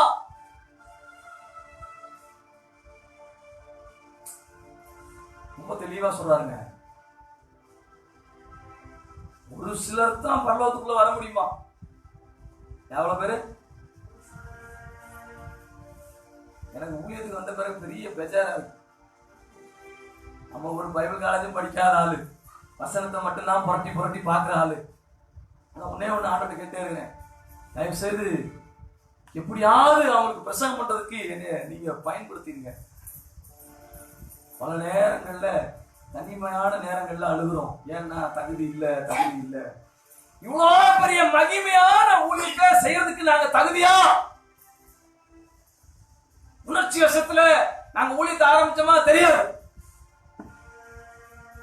என் இருதயத்துல நீங்க வச்ச அந்த மகா பெரிய பாரத்தையும் அந்த ஊழியத்தையும் நிறைவேற்றி முடிக்கிறதுக்கு என்னெல்லாம் ஓட்டம் இருக்கு அதெல்லாம் அடைச்சிட்டே இருக்கு. எப்படியாவது ஆண்டவருக்குரிய காரியத்தை நிறைவேற்றி முடிக்க வேண்டும் என்கிற விஷயத்தை தான் எப்பயுமே கண்டுபிடிக்கும். ஆரம்பிச்சிட்டோம் போராட்டத்தை. முடிக்கும் போது பாஸ்டர் என் குடும்பத்தில் எனக்கு ஒரு எங்க அப்பா சாகும்போது 2000 ஜூலை 30ஆம் தேதி அவருடைய மரணம். அதுக்கு ஒரு சில நாட்களுக்கு முன்பதாக தான் நாங்க டிகிரி முடிச்சுட்டு வீட்டுக்கு வந்திருக்கிறோம். அப்போது போதகர் அவர்கள் ஒருவர் வந்து ஜெபம் பண்ணி அவங்களுக்கு ப்ரேயர் பண்ணிட்டு ஜெபம் பண்ண ரொம்ப முடியாம இருக்காரு ஜெபம் பண்ண வந்தாங்க. அன்னைக்கு ஒரு ஞாயிற்றுக்கிழமை காலையில நாங்க ஆலயத்துக்கு ஆயத்தமாகிறோம். அப்போது அந்த ஞாயிற்றுக்கிழமை ஆராதனை முடிஞ்சு சொன்னேன். முதல் வாரத்துல அந்த பாஸ்டர் வந்து ஜெபம் பண்ணும்போது இவர் கையை பிடிச்சு சொன்ன ஒரு விஷயம், அவர் எவ்வளவு வசனத்துல உறுதியான ஆள் என்று எனக்கு தெரியாது. ஆனா அவர் சொன்ன ஒரு விஷயம், என் பிள்ளைகள் ரட்சிக்கப்பட்டு விட்டார்கள். என்ன செஞ்சாங்க? எனக்கு ஒன்று மட்டும் தெரியும், ஒண்ணுமே படிக்காத ஒரு 3வது படித்த என்னுடைய வாழ்க்கையில இவ்வளவு அற்புதம் செய்ய என் ஆண்டவரால் முடியுமானால் என் பிள்ளைங்க ரட்சிக்கப்பட்டு விட்டாங்க, என் பிள்ளைகளை ஆண்டவர் பார்த்து, எல்லாரும் பைபிள் எடுத்துட்டாங்க, ஆண்டவர் அவர்களை பார்த்து. அவருக்குள்ள ஒரு பெரிய நம்பிக்கை. எங்க வீட்டுல எங்க அப்பாவையும் எங்களையும் பார்க்கும்போது நாங்க பேர பிள்ளைங்க போல தெரியும். எங்க அப்பாவுக்கு 3ஆம் தாரத்துல பிறந்த பிள்ளைகள். முதல் 2 தாரத்திலும் மனைவிமார்கள் மரித்து போய்விட்டார்கள். அப்ப எங்க வாழ்க்கையில எங்க தாத்தாவை பார்த்தா எங்களுக்கு எப்படி இருக்குமோ அந்த மாதிரி ஒரு வாலிப வயதுல ஒரு எங்களுக்கு தேவையான போஷாக்குகளையும் தேவையான நன்மையையும் செய்யக்கூடிய தகப்பனை பார்த்து எதிர்பார்க்க வேண்டிய, என்ன சொல்வாரோ என்று எதிர்பார்க்கிற சூழ்நிலையில அவர் எங்களுக்கு சொல்லிக் கொடுத்த ஒரே ஒரு வார்த்தை, கடைசியில ஒரு சில காரியங்களை சொல்லிக் கொடுத்த வார்த்தை என்ன தெரியுமா? என் பிள்ளைகள் வேதாகமத்தை எடுத்து விட்டார்கள், நீ ஒரு நாளும் வேதம் அவர்கள் என்ன செய்யாது. அந்த போதகர் சாட்சி கூட்டத்துல கடைசியா சொல்லும் போது அதைத்தான் சொல்லி ஜெபம் பண்ணார். இன்னைக்கும் சொல்றேன், இந்த வேதம் தான் அவருக்கு தெரிஞ்சு சொன்னாரோ தெரியாம சொன்னாரோ தெரியாது, இந்த வேதம் ஒண்ணுதான் நம்ம எல்லாம் எங்களுக்கு மட்டுமல்ல எல்லாரையும் அதை என்ன செய்யுது, சரி பண்ணுகிற கத்துடைய பிள்ளைகளே. ஒரு முறை அந்த தெய்வீக சுவாபத்தை ருசி பார்த்து, தெய்வீக அன்பை ருசி பார்த்து, நாங்க இறந்த பிறகு பல நாட்களாக அந்த தகப்பனுடைய அன்பை நினைத்தால் மிகவும் வேதனையா துக்கமா இருக்கும். ஆனா ஊழியத்தில் ஆண்டவர் பயன்படுத்த ஆரம்பிச்ச பிறகு ஒரு நாள் நான் துக்கப்பட்டதே. இப்ப கூட வெள்ளக்காரர் வந்தப்ப என்னை தட்டி கொடுத்து, ராஜா, you know one thing, you lost your father but I am your father சொன்ன. No, I cannot. நான் சொன்னேன், அப்படி ஒரு நாள் ஒருத்தரும் வர முடியாதுப்பா. எங்க அப்பா இறந்து போயிட்டாரு, ஆனா அதை விட பல மடங்கு என்னை தகப்பனை போல போஷித்து காப்பாத்துகிறவர் என் தேவன் என்னோடு இருக்கிறார். ஒரு நாளும் விசுவாசத்தை வளர்க்கிறதுக்குரிய அத்தாட்சிகள் நாம தேடிக்கிட்டே. விசுவாசத்தை வளர்க்கறதுக்கு நான் என்ன செய்யணும்? விசுவாசத்துல வளர்றதுக்கு என்ன செய்யணும்? அந்த அடையாளங்கள் என் குடும்பத்துல நடந்துட்டே இருக்கணும், என் பிள்ளைகளுடைய வாழ்க்கையில நடந்துட்டே இருக்கணும். ஒன்று அல்ல, ரெண்டு அல்ல, ஒரு நாளும் அனுதினமும் அநேக காரியத்தை தேடிட்டே இருப்பேன். அதை தேடிட்டே இருப்பேன். எனக்கு ரொம்ப சந்தோஷமான ஒரு விஷயம், கடந்த வாரத்தில் நடந்த ஒரு அற்புதம். நாங்க ஆண்டோட்ட ஜெபம் பண்ணிட்டே இருந்தோம். அந்த கூட ஒரு பகுதி சபையை எடுத்த பிறகு ஜெபம் பண்ணிட்டே இருந்தோம். ஐயா சாட்சி சொல்லுவார். பிறகு அடுத்த வாரத்துல எல்லாம் முடிஞ்ச பிறகு, அந்த டெடிகேஷன் முடிஞ்ச பிறகு அவங்க 2 பேரும் சாட்சி சொல்லுவாங்க. நாங்க ஜெபம் பண்ணிட்டே இருந்தோம். நான் ஜெயசாம் பிரதர் கேட்டாரு, பிரதர் 2 பேரும் பிரேயர் வாக்கு போலாமா, ஆண்டவர் உணர்த்தினார்னு சொன்னார். நான் அதுக்கு முன்னாடி பிரேயர் வாக்க நான் தனியா போய் முடிச்சிட்டேன். எனக்கு ஆண்டவர் உணர்த்தினார் பிரேயர் வாக்கு 1 முறை 2 முறை அந்த ஊரை சுத்தி வந்துதான். அதுக்கப்புறம் நேரா ஒரு முறை வந்து இங்க சாயந்தரம் ஒரு 4 மணிக்கு உட்கார்ந்து ஐயா கிட்ட பேசினேன். நம்ம ஐயாட்ட சொல்லி, ஐயா எனக்கு என்னமோ தெரியல, அந்த பகுதியில் அந்த ஊழியக்காரு கெட்டு போயிட்டதுனால அந்த ஊழியத்தை ஆண்டவர் நம்ம விட்டுறக்கூடாதுன்னு சொல்றாரு. எனக்கு என்னமோ இல்லையா, அது சரியா வராது, ஒத்து வராது. நான் சொன்னேன், இல்ல ஐயா, எனக்கு ஆண்டவர் ஒரு சில விஷயத்த சொல்லிட்டே இருக்கு, நீங்க போய் முதல் கட்டம் நீங்க பேசுங்க, அப்புறம் நான் பேசுறேன். ஒரு சில விசுவாசிகள் எல்லாரும் ஒத்துழைப்பு கொடுத்தீங்க, ஒரு சிலர் பேசுனாங்க. இன்னும் வேற ஒரு சில விசுவாசிகள் கூட அதை கலைச்சு விடுறதுக்கு ஏற்பாடுகளும் பண்ணாங்க. ஆண்டவர் பேசி எனக்குள்ள இருதயத்துல வச்சா இருந்த ஒரு பாரத்தை, இந்த கிராமம் கெட்டு போயிடக்கூடாது, ஒரு சபை கெட்டு போயிடக்கூடாது, ஊழியக்காரன் கெட்டு போயிடக்கூடாது. எனக்கு ஆண்டவர் பெரிய தரிசனம் கொடுத்தா, சொப்பனம் கொடுத்து எல்லாம் தெரியாது. எனக்குள்ள அந்த கிராமத்துல இருக்கிற 10 விசுவாசிகள் கெட்டு போகக்கூடாது, சபை சிதறடிக்கப்படக்கூடாது. போய் ஜெபம் பண்ணிட்டே இருந்த. 1 முறை ஜெபம் பண்ண, 2 முறை ஜெபம் பண்ண. ஆண்டவர் சொன்னாரு, இல்ல இந்த இடத்துல ஊழியம் உறுதி ஆகும். முறை நாங்க பேசும்போது விரட்டி அடிக்கப்பட்டோம். என்ன செஞ்சோம்? விரட்டி அடிக்கப்பட்டோம். 2வது முறை பேசும்போது பேச்சுவார்த்தை தோல்வியில முடிஞ்சிச்சு. 3வது முறை நாங்க ஜெபம் பண்ணிட்டே இருந்தோம். ஆண்டவரே ஆளை அனுப்பி விட்டாரு, இல்ல சரியா வராது, நீங்க வந்து சபையை நீங்க பொறுப்படுங்க. நல்லா கவனிங்க. திரும்ப நான் சொன்னேன், எங்களுக்கு உறுதி ஆகுதப்பா, எங்க போராட்டத்துல நாங்க ஜெயிக்கிறோம். காரணம் என்னன்னா, நீங்க தான் போராடுறதுக்கு உதவி செய்யுங்க. நடந்துச்சு என்ன தெரியுமா? என் இருதயத்துல ஆண்டவர் உணர்த்துறாரு, உனக்கு அந்த இடம் அங்க ஃப்ரீயா கிடைக்கும். நான் எதுக்கு ஜெபம் பண்ணேன்? கூடலூருக்கு ஜெபம் பண்ணேன். கூடலூர் எல்லையை மட்டும் வச்சு ஜெபம் பண்ணேன்.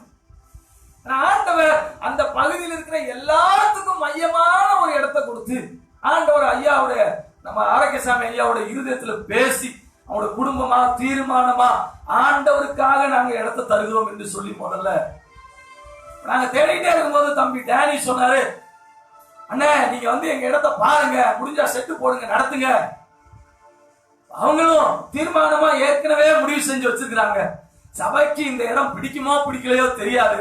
ஒருவேளை அவங்க பிடிச்சிச்சுன்னு சொன்னா நம்ம இடத்துல இருந்து நாம ஒரு 2 சென்ட் அல்லது கொஞ்சம் இடத்தை நம்ம கர்த்தருக்கு கொடுப்போம். அதை கவனிங்க. எனக்கு ஒரு சோதனை, ஆண்டவர் கொடுக்கிறேன்னு சொல்லிட்டாரு, எங்க போய் என்ன எதை கேட்கறது? 2 பேரும் வந்தாங்க, சொன்னோம், கர்த்தர் ஒரு மனிதனுடைய இருதயத்துல பேசணும். நாங்களே கேட்டிருக்கலாம். எனக்கு ஒரு எண்ணமே வந்துச்சு, டேனி கிட்ட ஒரு 5 சென்ட் நீ என்ன விலைக்கு வாங்கினியோ அந்த விலைக்கு கொடுத்து கேட்கலான்னு ஒரு எண்ணம் வந்துச்சு. நானும் வீட்லயும் டிஸ்கஸ் பண்ணி ஜெபம் பண்ணும்போது அவர் சொன்னா, இல்ல கர்த்தர் வந்து கர்த்தருக்குரிய இடத்தை கொடுப்பேன்னு சொன்னா என்ன செய்வாரு? ஆர்கிசாமி ஐயா பேசிட்டு கண்ணீர் விட்டார். கர்த்தருக்கு நான் கொடுக்குறேன். எனக்கு ஒரு விஷயம் மட்டும்தான், அவங்களுடைய அர்ப்பணிப்பு, அவங்க கொடுக்குறாங்க, அதுக்குரிய பலனை பெற்றுக்கொள்வாங்க, அவங்களோட விசுவாசத்தை நான் மதிக்கிறேன். எனக்கு உள்ளுக்குள்ள ஒரே ஒரு விஷயம், கர்த்தரை நம்பி இருக்கிற ஒருவனும் கெட்டு போனதா சத்தம். கர்த்தருக்கு கொடுத்து தரித்திரமான ஒருத்தரம். எனக்கு ஒரே ஒரு விஷயம் உள்ளான ஆழத்துல, எனக்கு சொன்ன வார்த்தையை நீங்க நிறைவேற்றுறீங்க. எங்களுக்கு கொடுத்த வார்த்தையை நீங்க, எங்க ஊழியத்துக்கு கொடுத்த வார்த்தையை நீங்க என்ன செய்வீங்க? பயங்கர ஒரு பெரிய அழுக வந்துருச்சு. நான் வண்டியில போகும்போதெல்லாம் என் கண்ணுல இருந்து, ஆண்டவரே நீங்க மாறாதவர் என்பதை நிரூபிச்சுட்டு ஆண்டவர் சொன்னாரு, இது ஆரம்பம் தம்பி, இப்பதான் ஆரம்பம். கர்த்தருக்கு கொடுக்கணுங்கிறது எல்லாருக்கும் வரக்கூடிய, நேற்று தினத்துல பேசிக்கொண்டிருக்கும் போது ஒரு சில ஊழியக்காரங்க சொன்னாங்க, கொடுக்கணுங்கிற விஷயம் எல்லாருக்கும் வராது. அந்த வரம், அந்த கிருபை உங்ககிட்ட இருக்கு. நீங்க கொடுக்க வந்துருந்தா எனக்கு ஒண்ணு மட்டும் தெரியும், நான் வாங்குறவர் யாருன்னு எனக்கு தெரியும். அதனால நான் கொடுக்கறதுல பயப்படவே. ஐயா சொன்னாரு, ஐயா பெரிய பெரிய சபை கோடிக்கணக்கான காசை ஃபண்ட் வச்சிருக்கிறவங்க கூட இந்த மாதிரி சோசியல் ஒர்க் செய்யல, சபைகள்ல இருக்கிற மக்களுக்கு செய்யணும்னு நினைச்சு பார்க்கல ஐயா. ஆனா நம்முடைய சபைக்கு அப்படிப்பட்ட ஒரு கிருபையை கொடுத்துக்கிறார். ஏன்னா நாம யாருக்கிட்ட வாங்கல, அவர்கிட்ட இருந்து மட்டும்தான் வாங்குறோம். கடைசி வரைக்கும் நான் ஆண்டு கேட்கறது, என் கையை சுத்தமா இருக்கணும். நான் செத்த பிறகு அந்த ஊழியத்தை கர்த்தர் நடத்துவார், எனக்கு தெரியும், அந்த நம்பிக்கை இருக்கு. ஏன்னா யாரோ நடத்துவாங்கன்னு நான் ஒரு நாள் சொல்ல மாட்டேன். என்னை அழைச்சவர், எனக்குள்ள தரிசனத்தை வச்சவர், இந்த தரிசனத்தை நடத்துறதுக்கு சரியான ஆளை அங்கங்க கர்த்தர் உருவாக்குவார். சீகன் வாழ்க்கைய ஊழியம் வெறும் 11 வருஷம் தான். எத்தனை வருஷம்? 11 வருஷம். சீகன் வாழ்க்கைய அந்த தரங்கம்பாடியில போய் சீகன் வாழ்க்கை பார்க்கும் போதெல்லாம் எனக்கு ஒரு பெரிய, ஜெர்மன்ல இருந்து இங்க வந்து ரொம்ப கஷ்டப்பட்டு பலவிதமான போராட்டத்தின் மத்தியில வந்த அவர் தெளிவா அந்த 11 வருஷத்துக்குள்ள ஆண்டவர் வரைஞ்சு கொடுத்த தரிசனத்தை செய்து நிலைநாட்டி முடித்து விட்டார். வேதம் சொல்லுகிறது, இன்னைய வரையிலும் ஊழியத்தை அசைக்க முடியாம வளர்ந்து போயிட்டு. ஒரு சில அரசியல் பிரச்சனைகள் பிஎல்சியில் நடந்தாலும் இந்தியாவுக்கு முத எழுத்தறிவை கொண்டு வந்தது, இந்தியாவுக்கு முத பைபிளை கொண்டு வந்தது, இந்தியாவுக்கு முத கல்வி அறிவை கொண்டு வந்தது, ஒரு பெரிய பாரத்தோட நிறைவேற்றி மரணம் நேரிட்டலாம். மரணம் நம்ம குறித்த நாளுக்கு முன்னாடி பலன் இருக்கும் போதே அல்லது பலன் இல்லாத போதே, எல்லா வசதிகளும் இருக்கும் போதே இல்லாத போதே முடிவு வந்துடலாம். ஆனா விசுவாசத்தை காத்து கொண்டே என் ஓட்டத்தை முடித்து, எனக்கு ரொம்ப பிடிக்கும் மோசே டச் பண்ணாம என் ஊழியத்துல வந்ததே கிடையாது. மோசையோட வேலை முடிஞ்சிருச்சு. 32-33 மோசையோட வேலை ஆண்டவர் என்ன செஞ்சாரு? மோசே உன் சார்ஜ் யோசுவாட்ட கொடு. யோசுவா கூப்பிடுறான், யோசுவா இதுவரையும் நான் உனக்கு சொல்லி கொடுத்துட்டே இருந்தேன், நான் டைரக்ஷன் பண்ணேன், நான் என்ன செய்ய போறேன்? மறிக்க போகிறேன். கானானுக்கு போகும்போது எப்படிலாம் இருக்கணும், கர்த்தர் முன்னே போவான், நீ அவங்களுக்கு பயப்படாத, இதெல்லாம் ரொம்ப புத்திமதி சொல்றாரு. சொல்லிட்டு மோசே ஆண்டவர் கூப்பிடுறாரு. இப்ப அவனுக்கு கண்ணு மங்கவும் இல்ல, பலம் குறையவும் இல்ல, ஆனா இவன் வேலை முடிஞ்சிருச்சு. கூப்பிட்டு ஆண்டவரை கிரஷ் பண்றாரு. ஆண்டவரே அந்த ஊழியத்துல அவனை அழைத்து பயன்படுத்தி எல்லாம் முடிந்த பிறகும் அவன் பலத்தின் மிகுதினால் நிற்கும் போது ஆண்டவரே கூப்பிட்டு அவனை அடக்கம் பண்றார். அப்படிப்பட்ட ஒரு கிறிஸ்தவ வாழ்க்கை தான் நமக்கு.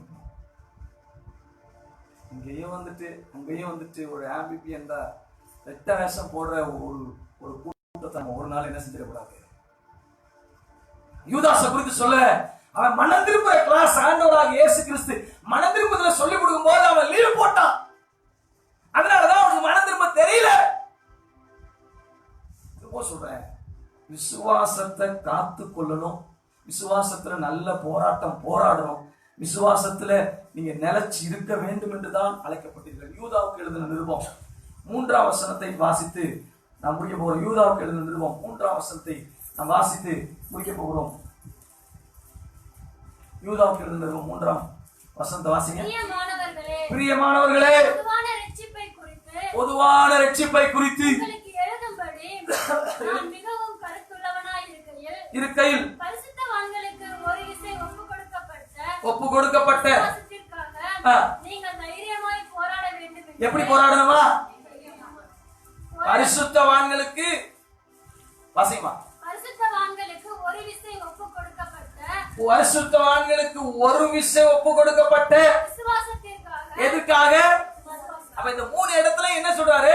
விசுவாசத்தை காத்து கொள்ள வேண்டும், விசுவாசத்துல நல்ல போராட்டத்தை போராட வேண்டும், விசுவாசத்தை தைரியமா என்ன செய்யணுமா? அப்ப ரொம்ப முக்கியம். நல்ல போராட்டங்கிறது எதுல? விசுவாசத்துல தான். நான் போராடி 3 நாள் ஜெபம் பண்ணி இந்த பொருளை வாங்கினேன், உண்மைதான், அது நல்லது. அதையும் தாண்டினது விசுவாசத்துல என் குடும்ப பரிசுத்தத்தை பாதுகாக்கிறதுக்கு நான் போராடுறேன், என் குடும்பத்தினுடைய அபிஷேகத்தை காப்பாற்றிக் கொள்வதற்கு போராடுறேன், என் குடும்பத்தை ஜெபிக்க வைப்பதற்கு போராடுகிறேன், என் குடும்பத்தை அபிஷேகத்தை நடத்துவதற்கு போராடுகிறேன், என் சபையை எப்படியாவது கட்டுக்கோப்பா பரிசுத்த ஆவிக்குள் நடத்துவதற்கு போராடுகிறேன். இப்ப கிட்டத்தட்ட 28 பேர் 38 பேருக்கு நம்ம சப்போர்ட் பண்றோம். இந்த மாசம் ரொம்ப மிகவும் வறண்ட சூழ்நிலை, எந்த விசுவாசிகள்டையும் போய் நம்ம கேட்க முடியல. எங்க வீட்டுல எதுவும் இல்லைன்னா நாங்க யார்ட்டையும் சொல்ல மாட்டோம். ஏன்னா மனைவிக்கு ஒரு பாடம் சொல்லி கொடுத்து யார்ட்டையும் சொல்லக்கூடாது, சொல்லி ஏதாவது தெரிஞ்சா தப்பா போயிடும். அது விசுவாசத்துல எங்களுக்கு ஒரு பழக்கம். எங்க பிள்ளைகளுக்கே ஒண்ணும் இல்லைன்னா நாங்க அதை பத்தி கவலைப்பட. நேற்று தினத்துல 2-3 ஐயா பாருங்க எல்லாம் போன் அடிச்சு கேட்டாங்க, ஐயா எங்க சபையே நாங்க ரன் பண்ண முடியல, நீங்க பல ஊழியத்துக்கு சப்போர்ட் பண்ற, நீங்க எப்படி? நேற்று தினத்துல கூட கடைசியா அனுப்பாம இருந்த 2-3 பேருக்கு சப்போர்ட் அனுப்புறதுக்கு கடவுள் நேற்று தினத்துல தான் கிருபை செய்தார். எங்களே நம்பி இருக்கிற கிளை சபை வேற மாவட்ட ஊழியர்களை நம்ம என்ன செய்ய முடியும்? நான் ஆண்டவர்கிட்ட கேட்டேன், ஆண்டவரே எல்லாத்துக்கும் லாக்டவுன், எங்களுக்கு லாக்டவுன் இல்லையா? உனக்கு லாக்டவுன் இல்ல, எங்களுக்கு லாக்டவுன் இல்லையா? நம்ம என்ன செய்யணும்? லாக்டவுன் என்னை மக்கள் நம்புறாங்களே, என்னை ஊழியர்கள் நம்புறாங்களே, அவங்களுக்கு நான் எப்படி கொடுத்துதானே ஆகணும். நான் உண்மை நம்பி இருக்கிறேன், நீங்க தான் அவர் கொடுக்க என்ன செய்யணும்? ஒரு சில ஊழியர்கள் சொன்னாங்க, ஐயா இவ்வளோ பெரிய ஊழியத்தை செய்றீங்க, இவ்வளோ பெரிய காரியத்தை செயல்படுத்துறீங்க, அதோட ரகசியம் என்னன்னு தெரியுமா? யாரு உங்களுக்கு பணம் கொடுக்குறாங்கன்னு. கடைசியில போய் ஒரு விசுவாசி இல்லாத அவிசுவாசிக்கு சப்போர்ட் பண்ணிட்டு இருக்கிறேன்னு நேற்று தினத்துலதான் சவுக்கால அடிச்ச மாதிரி இருந்துச்சு எனக்கு. 1/2 மணி நேரம் கிளாஸ் எடுத்தேன் போன்ல, ஏற்கனவே லொக்குன்னு இருமிக்கிட்டு விழாவெல்லாம் எழுத்துக்கிட்டு இருக்க நேரத்துல இவன் போனை போட்டு கேட்டுட்டான். எனக்கு போராட்டமே இவனை சரி பண்றது தான். எனக்கு போராட்டம் எது பணம் கொடுக்கறது கூட முக்கியம் இல்லை. எங்கேயோ யாரோ ஒருத்தவங்க ஒரு ஊழியக்காரங்களுக்கு கொடுத்து 2000 கொடுக்கும்போது 2000 அனுப்பிட்டான். அவன் கேட்கிறான், எந்த ஃபண்டிங் ஏஜென்சி யாரு வெளியில இருந்து உங்களுக்கு கொடுத்தாங்க? நான் கிடையோ, இங்க ஏழை மக்கள் அங்கங்க இருந்து வீடு கூட்டி அங்கங்க கொத்தனார் வேலை சித்தார் வேலை செஞ்சு அங்கங்க வயல்ல இருந்து சம்பாதிச்சு கொண்டு வந்து 100 நாள் வேலை 200 நாள் வேலை எல்லாம் செஞ்சு இங்க மோடி கொடுக்குற காசெல்லாம் 100-200 சேர்த்து கொண்டு வந்து இங்க காணிக்க வீட்டுல போட்டு இதை எடுத்து தான் உனக்கு அனுப்புறேன். நீ எந்த ஃபண்டிங் ஏஜென்சி கொடுத்துச்சுன்னு கேட்டிய? எனக்கு தெரிஞ்ச ஒரே ஒரு ஃபண்டிங் ஏஜென்சி எங்க சபையோடைய காணிக்க பெட்டி தான். அதுல யாரு போடுறாங்கன்னு எனக்கு தெரியாது, யாரு எடுக்கிறாங்கன்னு எங்களுக்கு கடைசி வரைக்கும் நம்பல. நானும் ஒரு முடிவு பண்ணிட்டேன், இவன் நம்பலன்னா இவனுக்கு உள்ள வைக்கவே, நம்பாத யூதாச உள்ள வச்சா என்ன ஆகும்? நானும் ஒரு முடிவு பண்ணிட்டேன். நேர்த்தியா சொல்லிட்டேன், என்னை உன்னோட சகோதரனா நம்பி நான் சொல்றத நீ கேட்கிற மாதிரி இருந்தா எங்க சொந்தக்காரங்க நினைப்பாங்க, என் தம்பிங்க நினைப்பாங்க, என்னோட மற்றவங்க எல்லாம் நினைப்பாங்க, என் பிள்ளைகளுக்கு ஃபீஸ் கட்டுறதுக்கு யாருக்கிட்டே நான் கையேந்தி நின்று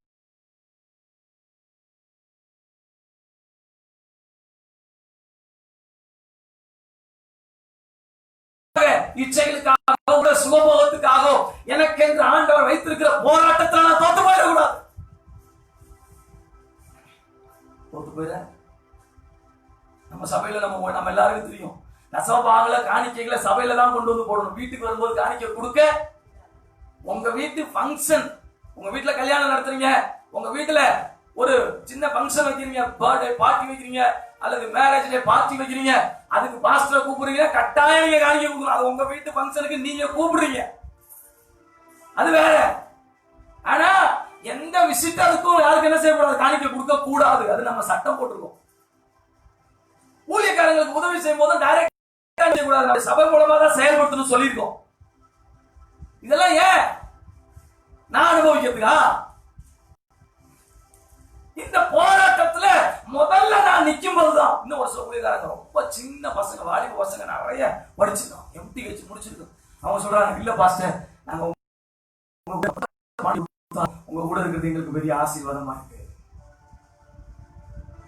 எதுக்கு சொல்றேன்னா, நம்ம குடும்பத்துல விசுவாச போராட்டத்துல ஒரு கட்சி இருக்கும்.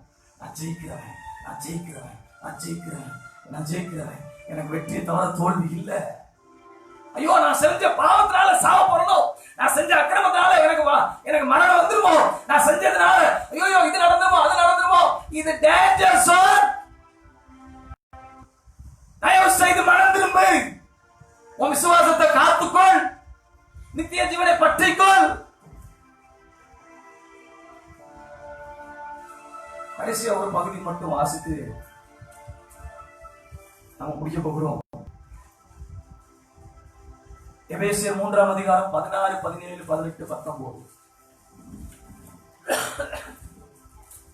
எபேசியர் 3ஆம் அதிகாரம் 16. நீங்கள் அவருடைய ஆவியினாலே உள்ளான மனுஷனில் வல்லமையாய் பலப்படவும், விசுவாசத்தினாலே கிறிஸ்து உங்கள் இருதயங்களில் வாசமாய் இருக்கவும், நீங்கள் அன்பிலே வேரூன்றி, நல்ல கவனிங்க, நீங்கள் அன்பிலே வேரூன்றி நிலை பெற்றவர்களாகி சகல பரிசுத்தவான்களோடும் கூட அன்பின் அகலமும் நீளமும் ஆழமும் உயரமும் இன்னதென்று உணர்ந்து அறிவிக்கெட்டாத அந்த அன்பை அறிந்து கொள்ள வல்லவர்களாகவும்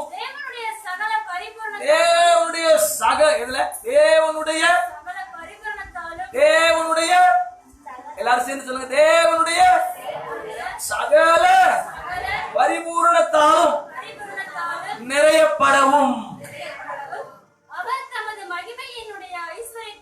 மகிமையுடைய ஐஸ்வரியத்தின்படியே உங்களுக்கு அனுக்கிரகம் பண்ண வேண்டும் என்று பவுல் ஜெபம் பண்றாரு. இந்த இடத்துல எனக்கு ரொம்ப பிடிச்ச ஜெபம் இந்த ஜெபம். பவுல் விசுவாசிகளுக்காக ஜெபிக்கிற ஜெபம் இருக்கு, அப்படியே நிக்கு தார தாரையா ஊத்தும். அப்படி ஜெபம் பண்றதை பார்த்தா எப்படி உணர்வடையணும்னு ஜெபம் பண்றாரு. இப்ப என்ன ஜெபம் பண்றாரு, நீங்க தேவனுடைய சகல பரிபூரணத்தினால் நிறையப்படும், தேவனுடைய அன்பை நீங்க ஆழம் அகலம் நீளம் உயரம் அந்த அன்பை உணர்ந்து அதுல வேர்கொள்ளவும். அவருடைய ஜெபம் எப்படி இருக்கு பாருங்க, அன்பை ஆழத்தை பார்க்கணுமா, அகலத்தை பார்க்கணுமா, நீளத்தை பார்க்கணுமா, உயரத்தை பார்க்கணுமா, வேர் வைக்கணுமா. இப்ப சொல்றாரு, தேவனுடைய சகல பரிபூரணத்துல நீங்க நிறையணும். அதுக்காக நான் ஜெபம் பண்றேன். இன்னைக்கு கால வேலையில நாம யாரா இருக்கிறோம்? நல்ல போராட்டத்தை தான் போராடிட்டு இருக்கோமா? நம்ம போராட்டத்துல கொஞ்சம் பிரச்சனை இருக்குதா? உணர்வு இல்லாதவங்களா இருக்கிறோமா? செவிடர்களா இருக்கிறோமா? கேட்காதவங்களா இருக்கிறோமா? பார்க்காதவங்களா இருக்கிறோமா? கண்டு காணாதவங்களா இருக்கிறோமா? இன்னைக்கு இந்த விசுவாசத்து வாழ்க்கையில ஒரு பெரிய போராட்டங்கள் குழப்பங்கள் வந்து சபையை சீரழித்து கொண்டுள்ளது. கேட்டா மாடர்ன், கேட்டா டெக்னாலஜி, கேட்டா முன்னோட்டம்.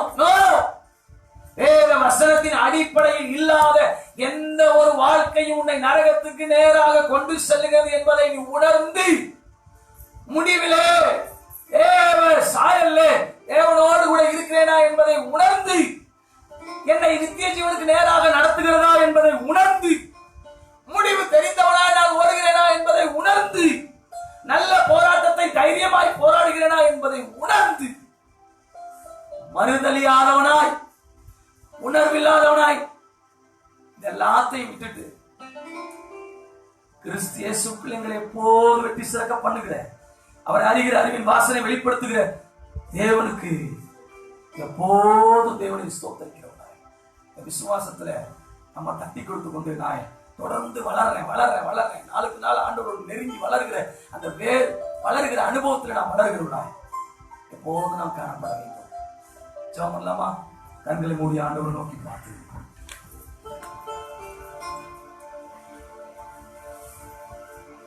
ஜெபம் பண்ணலாமா? எல்லாரும் கண்களை மூடி ஆண்டவரை நோக்கி பார்த்து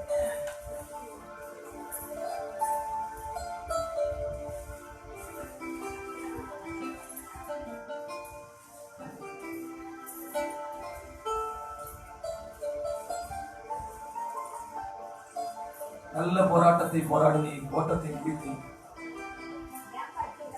விசுவாசத்தை காத்துக்கொண்டே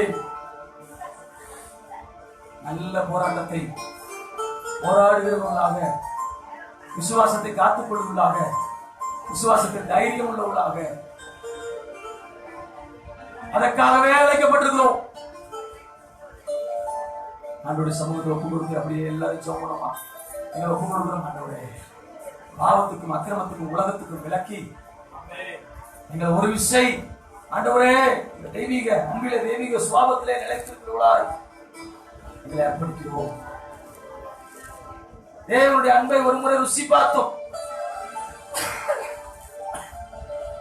மறுதளித்து போன கூட்டத்தில் நாங்க இருக்கக்கூடாதுப்பா. மறுதளித்து போன கூட்டத்தில் நாங்க இல்லாதபடிக்கு அவர் சொல்லியிருக்கிறாரே, நீர் எனக்கு தந்தவர்களை ஒருவரை நான் இழந்து போகவில்லை. உணர்வில்லாதவர்களா நாங்க இருக்கக்கூடாது. ஆண்டவர் உணர்த்தும் போது, ஆண்டவர் எச்சரிக்கும் போது, ஆண்டவரை பலப்படுத்தும் போது உணர்வுள்ளவர்களாவுடைய சமூகத்தில் வந்து விழுந்துடணும். அதைகளை ஆண்டவர் மாற்ற உதவி செய்வார். உங்க ஊழியங்களை ஆண்டவர் நிறைவேற்றுவார். உங்களுடைய விசுவாச பாதையில உங்களை ஆண்டவர் முன்னோட்டமா நடத்தி செல்வார். ஒருவேளை யூதாச போல தேவ சித்தத்தை புரிந்து கொள்ளாம இருக்கிறாயோ, பேதுருவை போல மறுதலிக்கிறவனா இருக்கிறாயோ, இன்றைக்கு இரட்சணிய நாள், இன்றைக்கு அனுகிரக காலம். ஆண்டவரத்தில் மெய்யாய் மனம் திரும்பு. எத்தனை முறை ஆண்டவரத்துல கோபப்பட்டு ஆண்டவர் சொல்ல கேளாம, ஆண்டவருக்கு கீழ்ப்படியாம, ஆண்டவருக்கு அர்ப்பணிக்காம, பணத்தினாலும் பொருளாதாரத்தினாலும் மேட்டிமையினாலும் தேவனுக்கு செய்த துரோகத்தினாலும் தேவனுக்கு எதிர்த்து நிற்க தைரியம் உள்ளவர்களானீர்கள். நண்பர்களுக்குள்ளேயே அவரை அறிகிற அறிவின் வாசனை உனக்குள்ளிருந்து வெளிப்பட வேண்டும் என்று அவர் எதிர்பார்க்கிறார். அவர் உன்னை வெற்றி சிறக்க பண்ண வேண்டும் என்று அவர் எதிர்பார்க்கிறார். அவர் உன்னை வெற்றி சிறக்க பண்ணுவேன் என்று வாக்கு கொடுக்கிறார். அந்தபடினாலே என் அன்பு சகோதரியே, என் அன்பு சகோதரனே, ஆண்டுடைய சமூகத்தில் ஒப்பு கொடுக்கிறேன். எல்லாரும் ஜெபம் பண்ணுமா? எல்லாரும் ஜெபம் பண்ணுமா? ஆண்டவரே, உமக்கு வெற்றி சிறக்க பண்ண, உமக்கு வெற்றி சிறக்க பண்ண எங்களை ஒப்பு கொடுக்கிறோம். தைரியமாய் கிருபாசன தண்டையிலே சேரக்கட, தைரியமாய் கிருபாசன தண்டையிலே சேருவதற்கு மிகுந்த தைரியம் உள்ளவர்களா எங்க விசுவாசத்தை பலப்படுத்தி, எங்க ஜெபத்துக்கு ஒரு சில நேரங்கள்ல பதில் வராத நிமித்தம் சோர்ந்து போயிருக்கிறோம். ஆண்டவரே, பதில் இல்லாத நிமித்தம் சோர்ந்து போயிருக்கோம். ஆனா இப்ப நாங்க தெரிஞ்சுக்கிட்டோம், எங்க வாழ்க்கையில விசுவாசம் தான் முக்கியம். போராட்டம் மாம்சத்தோடும் மாம்ச உணர்வுகளோடும் அக்கிரமங்களோடும் பாவங்களோடும் இருக்கிறது. முடிவு பரியந்தம் நிலைநிற்பவனே ரட்சிக்கப்படுவான் என்று சொல்லியிருக்கேன். முடிவு பரியந்தம் கடைசி பரியந்தம் நான் நிலைச்சு நிற்கணும், அதுதான் முக்கியம்னு தெரிஞ்சுட்டேன். நான் உங்களிடத்துல தவறாய் செய்த ஜெபங்கள், எதிர்பார்ப்போடு செய்த ஜெபங்கள் யாவையும் மன்னியும்.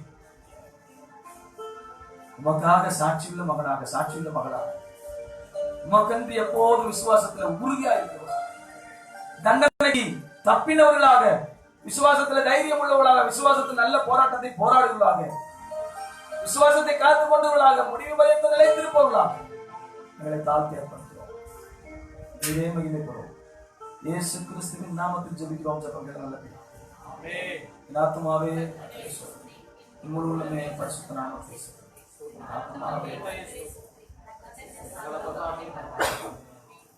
பிதாவாகிய தேவனுடைய அன்பும் கர்த்தராகிய இயேசு கிறிஸ்துவின் கிருபையும் பரிசுத்த ஆவியானவருடைய அன்பிலும் ஐக்கியம் வழிநடத்தலும் பாதுகாவலும் இன்றும் என்றும் சதா காலங்களிலும் நம் அனைவரோடு கூட இருப்பதாக. ஒரு வாழ்த்துவோம். கர்த்தர் உங்களை ஆசீர்வதிப்பார். Thank you. Have a nice day. God bless you.